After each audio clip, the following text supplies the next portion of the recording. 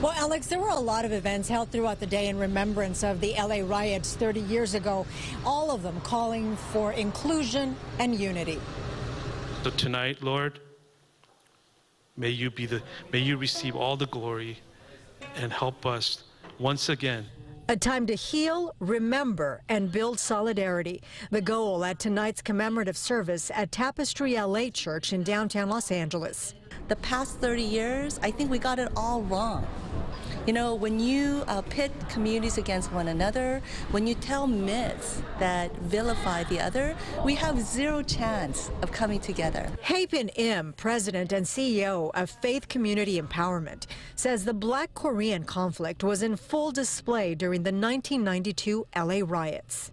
It was a time where over 2,300 of our businesses in the Korean community were destroyed, and with that, lives destroyed. Divorce, suicide, depression, lost dreams. When 4 LAPD officers were acquitted of the severe beating of Rodney King on April 29, 1992, outrage turned to violence, looting, and arson. Los Angeles was indeed on fire. I lived right at Vermont and Manchester, and I remember looking out and seeing flames. Biola University professor Leon Harris remembers feeling his community had been abandoned, especially when he'd have to go to work outside of LA during the uprising. So I went to Glendale, and I use this phrase all the time. It seemed like the birds were singing, there were rainbows everywhere, but then when I was at home back in LA, it looked like a war zone. And so there was this contrast.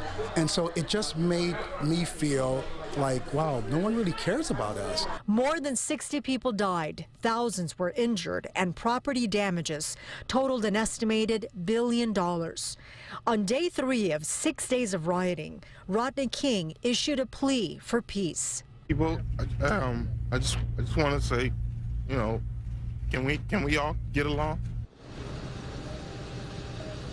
And 30 years later, many people are still asking that very same question. Alex, I'll send it back to you in the studio. Christine?